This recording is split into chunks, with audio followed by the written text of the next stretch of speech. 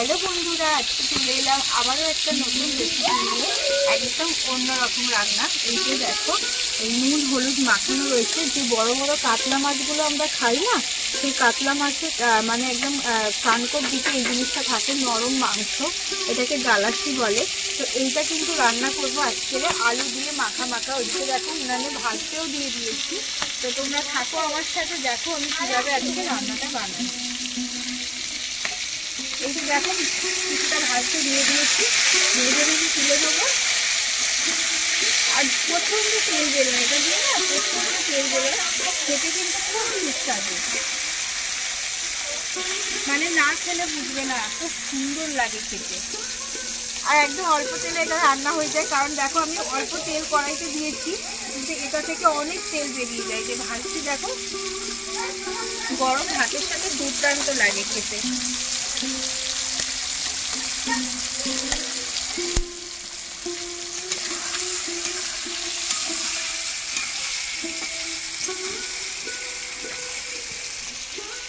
এদিকে দেখো কাতলা মাছ কেটে রেখেছি, নুন হলুদ মাখানো রয়েছে। এই কাতলা মাছটা আলু দিয়ে টমেটো দিয়ে আদা রসুন দিয়ে মাখা মাখা তরকারি করবো ধনেপাতা দিয়ে।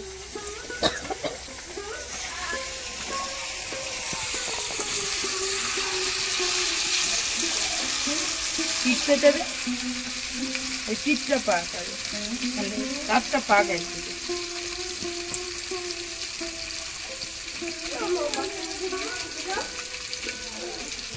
তো দেখো বন্ধুরা, একবার কিন্তু এই যে কাতলা মাছের গালাইছি ভেজে তুলে নিয়েছি, আর এদিকে আবার একবার দিয়ে দিয়েছি। এটাও ভেজে তুলবো, এটাও ভেজে তুলে নেবো।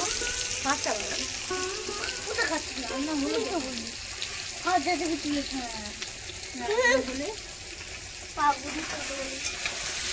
একদম লাল করে ভেজে নিতে হবে, আর প্রচুর তেল বেরোয়। মানে এটা এক্সট্রা করে তোমাকে রান্নার মধ্যে আর তেল দিতে হবে না। দেখো এক কড়াই তেল হয়ে যাচ্ছে, 50 গ্রাম তেল ঢেলেছি, এক কড়াই তেল হয়ে গেছে। এত তেল বেরোয়, তাহলে খেতে কত ভালো লাগবে তরকারিটা তোমরাই বলো বন্ধুরা।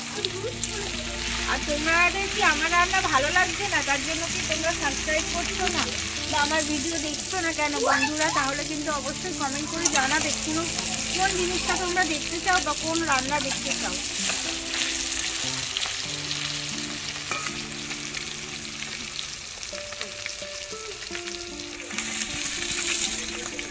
ছেলে একটা চাইছে, দুজনে মিলে আজকে রান্না করতে শুরু করে দিয়েছি, আর আমার বোন হেল্প করছে। এটা আমাদের ছোটখাটো পিকনিক হচ্ছে, পেঁয়াজ বাড়ির সবাইকে নিয়ে এটা পিকনিক। দিদি রান্না করবে, নাম হবে আমার। তরকারি ভালো হলে, যদি খারাপ হয় তাহলে করবে। তরকারি যদি ভালো হয় তাহলে আমার নাম, আমি করেছি।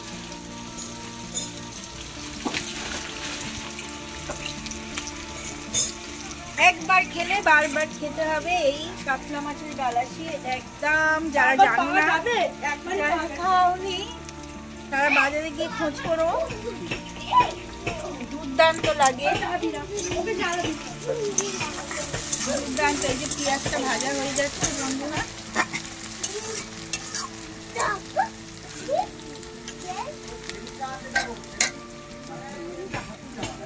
উনানে রান্না করলে তাড়াতাড়ি রান্নাও হয়ে যায়, খুব তাড়াতাড়ি রান্না হয়ে যায়, সুস্বাদু।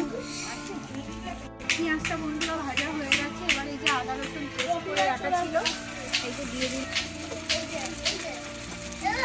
এদিকে কুচি করে রাখা আছে টমেটো, সেটাও চলে যাবে। ভালো করে মশলা কষিয়ে তারপর আলুটাকে তুলবো। আজকে আমি আলু ভাজলাম না, আলুটা ভেজে নিলেও হয়। আমি আজকে আলু ভাজা ছাড়াই কষে নেবো।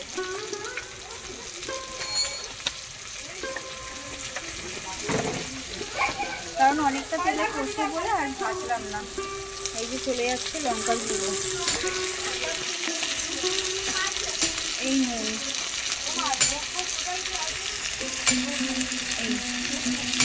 নুন দিয়ে দিলাম। ভালো করে কষাতে থাকবো।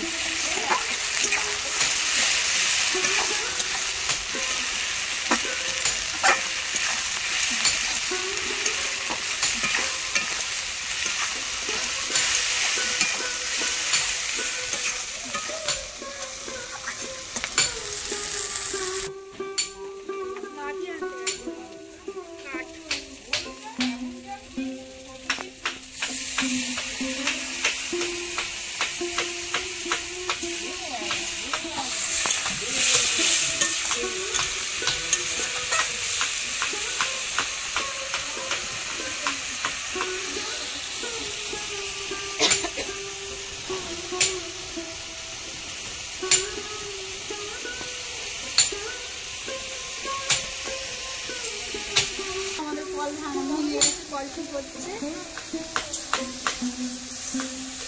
রবিবারে নানান রকমের কাজ, রবিবার মানেই কাজ আর ভালো মন্দ খাওয়া দাওয়া, তাই না বন্ধুরা?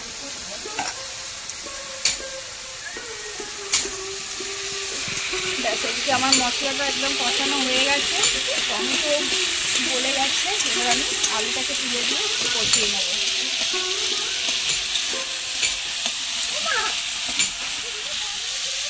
সুন্দরভাবে তেল ছেড়ে গেছে।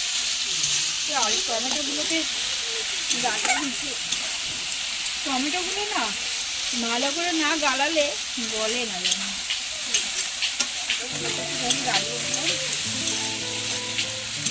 দেখো বন্ধুরা কালারটা কেমন এসছে। এবারে এই মশলার মধ্যে এই যে আলু কেটে রেখেছি দেওয়া আছে, দিয়ে দিলাম। কষিয়ে নেব।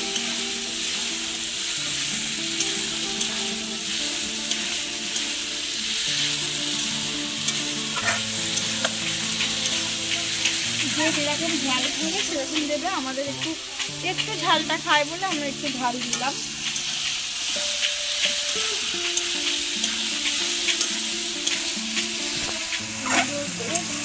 কষিয়ে কিন্তু আমি এর মধ্যে জলটা দেবো।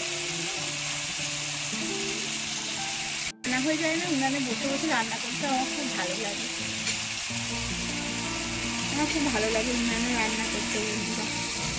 গ্যাসের থেকে আমার খুব ভালো লাগে। জোগাড় থাকলে খুব তাড়াতাড়ি রান্না হয়ে যায়।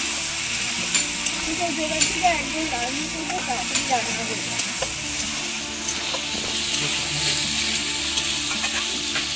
স্টেশনটা যাবে কেন? তো বন্ধুরা, এরকম ধরনের নিত্য নতুন রান্না যদি তোমরা দেখতে চাও তো অবশ্যই আমার সাথে থেকো এবং আমার চ্যানেলকে সাবস্ক্রাইব করে দিও। আর সবার আগে নোটিফিকেশান পাওয়ার জন্য বেল আইকনটা ক্লিক করে রাখবে বন্ধুরা। আর এদিকে দেখো আমার কষানো হয়ে গেছে, আমি এবার একটুখানি জল দিয়ে দেবো।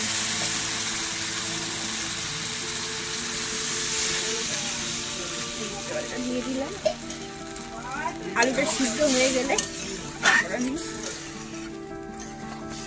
ভেজে রাখা এটা তুলে দেবো।